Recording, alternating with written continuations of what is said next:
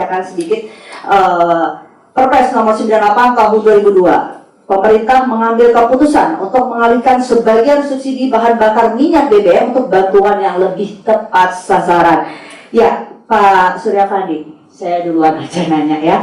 Apakah ini jalan terakhir yang mesti ditempuh kalau dari sudut pandang ekonomi? Sedemikian, boleh ya saya menggunakan, sedemikian resahnya kah harga BBM dunia sehingga strategi ekonomi mesti mengalihkan subsidi BBM? Karena kalau kita lihat Indonesia ini luar biasa, kekayaan alam melimpah dan semuanya yang mesti diolah ini banyak sekali. Silakan.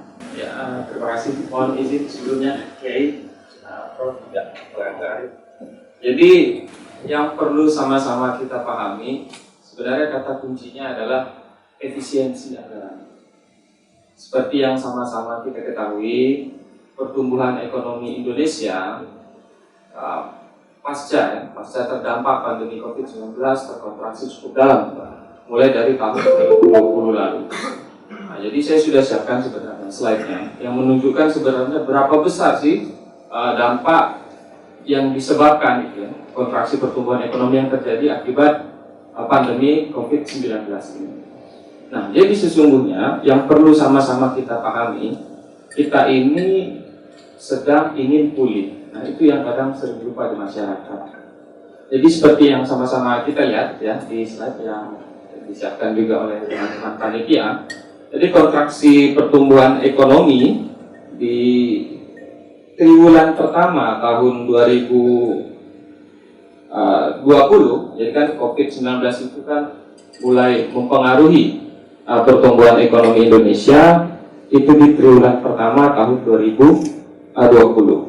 Itu pertumbuhan ekonomi kita turun mencapai 2,97%. Nah, lebih dalam lagi pada triwulan 2 tahun 2020 itu mencapai minus 5,32%. Nah, ini pertumbuhan ekonomi. Jadi produk domestik bruto kita dibandingkan triwulan kedua tahun sebelumnya itu minus sampai 5,32%. Nah, lalu bagaimana dampaknya? Apa sih kontraksi pertumbuhan ekonomi ini menyebabkan apa ke sektor lainnya? Nah, itu ada di slide berikutnya. Jadi ternyata kontraksi pertumbuhan ekonomi itu juga menyebabkan pendapatan negara menurun. Nah, itu dulu. Jadi ternyata tidak hanya produk domestik bruto kita, bukan hanya pertumbuhan ekonomi kita yang menurun akibat pandemi ini, tetapi juga pendapatan negara menurun. Jadi harus dipahami dulu nih latar belakang masalahnya gitu ya, kalau untuk adik-adik mahasiswa. Nah, bahkan kalau kita merujuk ke data, itu tahun 2017, ini sebelum pandemi, itu pendapatan negara kita mencapai 1.666 triliun, terus di tahun 2018 meningkat menjadi 1.943,7 triliun, 2019 meningkat lagi menjadi 1.960,6 triliun. Lalu pandemi datang. Apa yang terjadi kemudian? Akhirnya pendapatan negara kita itu menurun drastis menjadi 1.647. Jadi dari 1.900 jadi 1.600. Nah, itu dampak pandemi terhadap pendapatan negara kita. Lalu di tahun 2021 kembali membaik nih pendapatan negara. Tapi tetap di angka 1.700, nggak nyampe angka 1.900. Nah, di tahun 2022 juga kecenderungannya membaik, mencapai angka 1.800, tapi tetap tidak mampu mengejar pertumbuhan pendapatan negara, gitu kan? Di tahun 2019. Nah, ini data dan ini faktanya. Jadi kita ini sedang sakit, bangsa kita sedang sakit, dan pendapatan negara kita sedang menurun. Ya, baik. Sekarang boleh saya ke Profesor Mohamed. Prof, kalau kita lihat ini tema kita harga BBM berkeadilan. Tadi kita ternyata memang ada dampak ekonomi dari pasca COVID, gitu kan. Tapi kalau berdasarkan teori-teori ekonomi ya, Prof ya, memang pasti kan dulu kan sudah pernah kita mengalami seperti ini, pandemi ya beberapa tahun lalu itu yang luar biasa, gitu kan? Apakah tidak ada hal-hal yang sebenarnya bisa dijadikan contoh teori ekonominya yang kekinian sehingga bisa diterapkan di saat ini, gitu? Negara saat ini memang dihadapkan pada dilema yang tidak mudah. Pada tingkat itu, kita tidak boleh lagi mengulangi cara-cara Orde Baru ketika minyak dan harga minyak itu dimainkan demikian rupa untuk terus menindaklanjuti bahwa Indonesia cukup kaya. Tapi pada saat itu orang semua tahu bahwa subsidi untuk minyak, artinya untuk menopang harga minyak itu sudah luar biasa. Negara sudah kedodoran. Sehingga yang sekarang ini terjadi adalah keinginan negara untuk membelokkan subsidi tadi itu, membatasi subsidinya, tapi memperkuat daya beli masyarakat dengan berbagai bentuk affirmative actions gitulah ya, untuk pendidikan, kesehatan, dan mengentaskan kemiskinan. Itu yang paling penting. Yang mendesak tentu saja adalah bantuan tunai. Misalnya dalam sekian bulan orang akan menerima 150 ribu per bulan dan seterusnya. Tapi apa yang ingin saya gambarkan adalah bahwa pola-pola subsidi yang dulu bersifat rente, jadi dinikmati hanya orang-orang yang mempunyai mobil, orang-orang yang berkendara di kota-kota, tidak menetes ke bawah ke desa-desa karena tadi itu sifat subsidi yang hanya ingin menindaklanjuti masyarakat bahwa kita cukup kaya.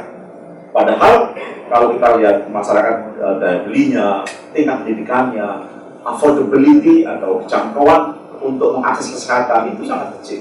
Dan itulah sebenarnya pasca demokrasi ada upaya-upaya untuk bisa lebih fair, bersubsidi keadilan, harga minyak yang berkeadilan, tapi pada saat yang sama juga bersubsidi tepat sasaran. Tepat sasaran adalah meningkatkan daya beli masyarakat, daya tahan hidup masyarakat menghadapi berbagai krisis dan gejolak yang pasti terjadi dalam setiap ekonomi.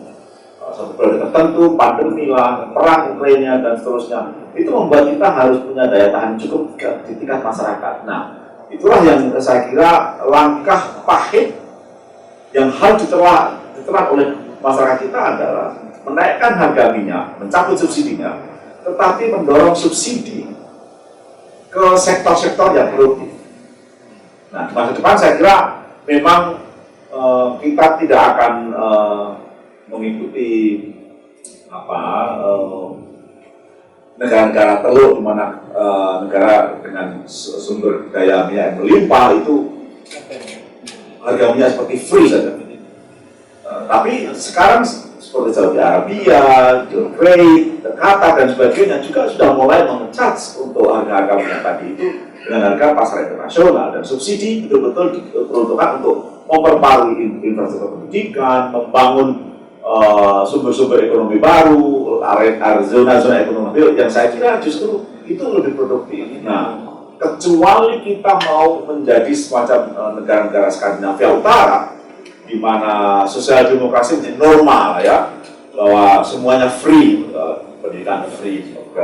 Orang kalau di seperti Finlandia, Norwegia, Denmark itu orang berkompetisi pada usia 21 karena sekolah dari kecil sampai universitas free. Jadi orang tidak terbangun untuk berkompetisi. Tapi pada saat yang sama negara yang semacam ini juga tidak akan berdaya ketika menghadapi krisis yang benar-benar hebat. Nah, sebenarnya Indonesia sudah saatnya mendorong tetap menjadikan subsidi sebagai cara untuk menjaga stabilitas dan mendorong daya beli masyarakat, pola hidup masyarakat yang benar. Tetapi subsidinya harus berada dalam jalur tepat sasaran tadi itu. Jangka panjangnya akan kita nikmati lama, pendidikan, kesehatan, infrastruktur dan sebagainya. Tetapi kita paham betul bahwa itu adalah pilihan yang memang tidak bisa ditawar. Mengingat gejolak-gejolak agamanya yang tidak bisa dipantau. Lalu kemudian meningkatnya daya hidup, di mana kebutuhan energi atau minyak itu menjadi hal yang paling utama. Dan akan terus naik terus ini. Terakhir misalnya adalah jangankan kita, Joe Biden saja ketika Muhammad bin Salman memutuskan OPEC Plus untuk mengurangi produksi, dengan sendirinya akan meningkatkan harga minyak, itu bisa marah apalagi orang kayak kita, negara Indonesia, Filipina, Malaysia, semuanya akan terkena dampak kenaikan harga minyak, dan itu berarti bahwa kita harus punya strategi yang pas untuk mendorong subsidi tepat sasaran jangka panjang. Baik, selanjutnya Pak Arif, kalau kita melihat ini kan kita ini sedang memulihkan ekonomi nasional. Kalau saya sih sederhana saja Pak, kalau BLT berarti kan dikasih uang Pak, betul Pak? Iya. Ke masyarakat. Lalu apakah masyarakat tersebut tidak konsumtif? Iya. Nah itu pertama. Lalu kedua, jika bensin diturunkan, apakah dinaikkan, apakah logistik kita justru juga akan menjadi naik juga, sehingga si konsumtif ini pun ikutan naik juga. Berapapun yang dikasih, apakah itu akan mendidik masyarakat? Itu pertanyaan saya Pak. Lalu kedua Pak, UMKM kita apa sedemikian siapnya untuk memulihkan ekonomi masyarakat yang menerima BLT ini? Silakan Pak. Negara kita itu butuh teknologi, butuh industri. Sedangkan negara kita itu belum memproduksi alat-alat industrinya. Masih mahal. Oleh karena itu, biar produk dari industri itu bisa terjangkau oleh rakyat, maka disubsidilah BBM-nya, PLN-nya. Itu loh, Prof, yang saya tahu. Ya. Nah, kalau hari ini BBM naik mengikuti harga internasional dan subsidi dicabut dari BBM, kemudian dialihkan dalam bentuk jaring pengaman nasional, misalnya bantuan lunak tunai, ya memang itu tepat. Kenapa? Karena memang negara kita itu dari zamannya Orde Baru sampai sekarang, strategik ekonominya itu adalah driven consumption. Jadi tumbuh karena konsumsi, bukan tumbuh karena produksi. Beda misalnya dengan China, ya, beda dengan misalnya Jepang, ya. Kita tumbuh dikarenakan konsumsi, ya. Jadi memang butuh ada konsumsi, ya, untuk meningkatkan atau untuk menggerakkan roda perekonomian nasional. Ya tentu saja dengan harga BBM naik, ya, dipastikan akan mengerek harga-harga lainnya, ya, akan menciptakan yang namanya inflasi. Ya itu udah pasti, itu teori ekonominya lah, teori dasarnya. Tapi ada tapinya. Kalau kita bicara ekonomi, ekonomi is Asian, ekonomi is Southeast of Asia. Makanya kenapa pada tahun depan ini ekonomi global dikatakan gelap, tapi IMF berani memprediksi negara-negara ASEAN itu tumbuh. Kenapa saya katakan bahwa if we are talking the economy, we are talk about the Southeast of Asia. Karena ada budaya ekonomi yang sangat kuat di negara-negara Asia Tenggara, juga di negara kita. Lalu Pak Imam Besar FBR, ini beliau bersentuhan langsung sama masyarakat. Gejolak seperti apa sih di BBM berkeadilan ini? Lalu apakah betul-betul tepat sasaran? Ada nggak sih suara-suara sumbang yang mungkin bisa Bapak, oh iya ya, ya seperti itu, coba Pak, silakan. Saya tidak sependapat ya kalau subsidi BBM dicabut, karena kalau merujuk pada pasal 28C undang-undang yang diamandemen, bahwa setiap orang berhak untuk memenuhi kebutuhan dasarnya.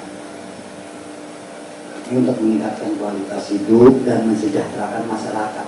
Nah, kalau subsidi BBM dicabut atau kan saya kira ini hak orang untuk memenuhi kebutuhan dasarnya menjadi tidak bisa dilaksanakan, karena dalam nggak perlu pakai hukum ekonomi yang tinggi-tinggi ya, saya kira setiap kenaikan BBM pasti akan mengikut sertakan kenaikan barang dan jasa, otomatis daya beli masyarakat pun akan berkurang.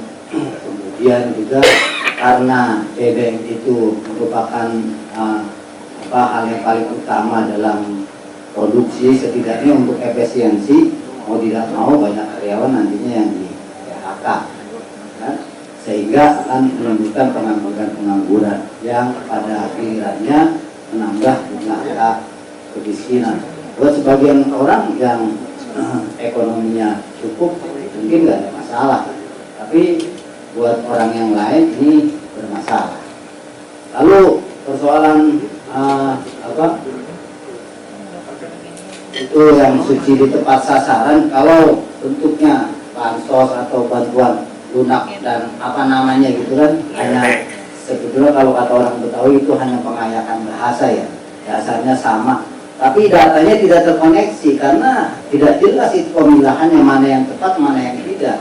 Kadang kerja di kampung orang yang nggak layak itu dapat gitu kan, tapi yang amat sangat layak itu menjadi tidak dapat. Nah di sini kan kelemahannya, harusnya datanya itu terkoreksi dulu, sehingga kalau mau dibilang tepat sasaran, datanya jelas dulu mana yang layak dan mana yang tidak, gitu kan.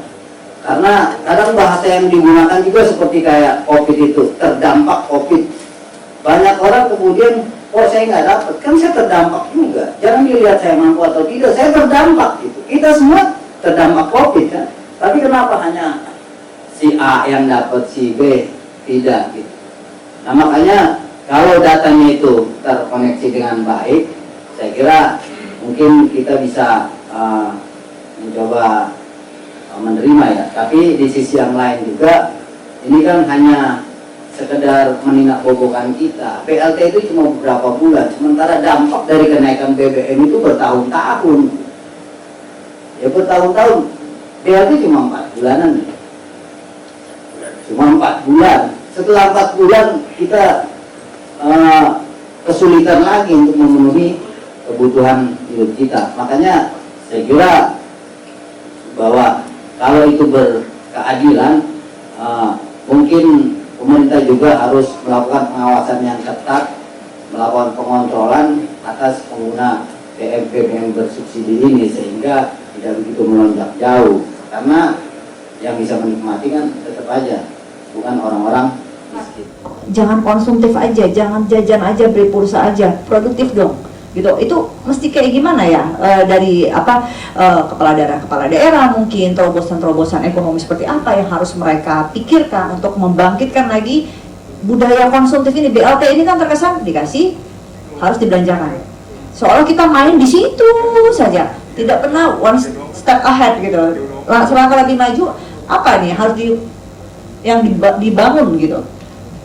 Oke, jadi sebelumnya gini dulu Mbak, jadi sering di masyarakat itu terjadi salah persepsi. Jadi seolah-olah penarikan subsidi BBM itu digantikan dengan BLT. Nah itu salah, itu sudah salah. Kenapa? Karena BLT itu stimulus, jadi perangsang pertumbuhan ekonomi. Nah, lalu subsidinya ini didefinisikan tepat sasaran itu di mana? Ketika efisiensi anggaran tercipta dan yang tadinya konsentrasi subsidi ini hanya untuk kebutuhan konsumsi menjadi kebutuhan yang cenderung lebih produktif. Karena kunci utama dalam menghadapi dampak ekonomi akibat pandemi COVID-19 itu cuma satu Mbak, yaitu peningkatan produktivitas nasional. Nah, jadi itu dulu. Berarti dua hal yang berbeda ya, antara subsidi BBM dengan pemberian BLT. Dua hal yang berbeda, karena masyarakat seolah-olah jadi duit subsidinya diambil dijadiin BLT gitu kan? Iya. Nah itu berbeda. Oh. Jadi BLT itu stimulus. Stimulus itu bahasa perangsang untuk daya beli masyarakat. Iya, untuk masyarakat supaya bisa mandiri. Jadi memang fungsinya perangsang saja gitu, stimulus saja gitu. Nah, itu yang kadang salah persepsi. Nah, lalu kemudian di mana tepat sasarannya tadi? Ketika efisiensi anggaran itu terjadi, ketika arah kebijakan fiskal kita, ketika arah kebijakan APBN kita, ketika konsep perekonomian negara kita berkonsentrasi pada peningkatan produktivitas nasional. Berarti Anda setuju subsidi BBM tidak perlu dicabut lagi, dibiarkan saja seperti itu. Biar Begini. masyarakat fight, siapa kuat dia bertahan. Oh bukan. Bagaimana nih? Begini, nah, kadang kita berasumsi gitu ya, ketika subsidi BBM dicabut masyarakat akan menderita. Nah, itu kan asumsi yang beredar di kebanyakan masyarakat. Nah, pertanyaannya kemudian, apakah dengan adanya subsidi masyarakat akan menjadi sejahtera? Nah, kalau seandainya subsidi tetap ada, tapi kemudian produktivitas menurunnya percuma juga, gitu lah maksudnya. Gitu. Nah, tapi kalau BBM-nya mau harganya selangit, tapi produktivitasnya tinggi, gitu loh maksudnya. Pendapatan masyarakat tinggi, ya, iya, gitu loh. Itu cara pandangnya gitu, Baik. Pak, ya. Pak Kiai, kalau dilihat dari SDM ya, masyarakat kita ini sebenarnya masih masalah, masih persoalan nggak sih dalam membangun SDM? Kita udah ada satu porsi nomenklatur Menteri Pembangunan SDM gitu kan. Apakah ini bisa menjadi jawaban sebenarnya untuk membangun SDM berkualitas ketika ada pembangunan infrastruktur yang bagus, misalnya BTS seperti itu? Masyarakat kita gimana sih sebenarnya mungkin Pak Kiai lebih paham nih soal psikis masyarakat saat ini, apalagi pasca pandemi. Ibaratnya kalau pandemi itu kan ya, kadang-kadang saya sering dengar tuh bisa makan aja udah bagus gitu kan, udah down nih mental gitu kan, apalagi yang berdagang yang apa. Nah sekarang harus pelan-pelan naik gitu kan. Mungkin Bapak silakan. Saya kira peningkatan SDM ya lewat peningkatan layanan pendidikan dan kesehatan. Kalau tadi dikatakan bahwa subsidi BBM itu untuk membangun BTS, membangun gardu listrik, memang nggak ada anggaran gitu selain dari subsidi BBM untuk hal-hal yang semacam itu. Kenapa harus melulu mengandalkan subsidi BBM kan? Toh sepanjang ini juga ketika BBM tinggi itu bisa dibangun BTS kalau memang itu swasta yang bangun gitu kan. Saya kira itu juga bukan solusi. Dan gimana masyarakat kita, pada sebagian orang mungkin SDM-nya tinggi ya, tapi pada sebagian tempat yang lain saya kira masih layak mendapatkan perhatian serius dari pemerintah. Karena biar bagaimanapun kalau itu di perkotaan yang tingkat pendidikannya murah sehingga bisa memenuhi wajib pendidikan dasar dari mulai 7 sampai berapa 12 tahun, saya kira nggak masalah. Tapi di tempat-tempat lain yang akses pendidikan aja sulit, harus nyebrang sungai yang deras, harus bersusah payah, tentunya tidak sebagian orang bisa menikmati itu. Dan bagaimana kita bisa berharap kualitas SDM kita menjadi tinggi? Itu tadi karena kembali ke pasal 28 tadi, itu pemenuhan dasar itu yang penting kan. Kalau ada BBM naik, tentunya itu tadi di Jakarta mungkin BLT itu nggak ada masalah, tapi kalau di Papua yang harga BBM-nya begitu luar biasa karena sulitnya untuk Baik, mungkin bisa juga nih mahasiswa-mahasiswa di sini ada berapa kampus ya? 5 ya. Saya tunggu nanti gebrakan bikin diskusi presiden yang tepat sasaran di 2024. Boleh tepuk tangan dulu yang hadir setelah diskusi panjang lebar ini. Baik, terima kasih. Supaya diskusi kita ini bermanfaat, berkah, dan makin hebat Anda yang hadir di sini, dan Bapak terima kasih atas waktunya dan ilmunya, Masya Allah. Terima kasih. Saya Liza Hamzah, pamit undur diri. Mohon maaf jika ada kesalahan. Jika ada diskusi pemikiran hebat lainnya, silakan disampaikan di Harmoni Nusantara. Keren ya caranya. Wabillahi taufiq wal hidayah. Wassalamualaikum warahmatullahi wabarakatuh.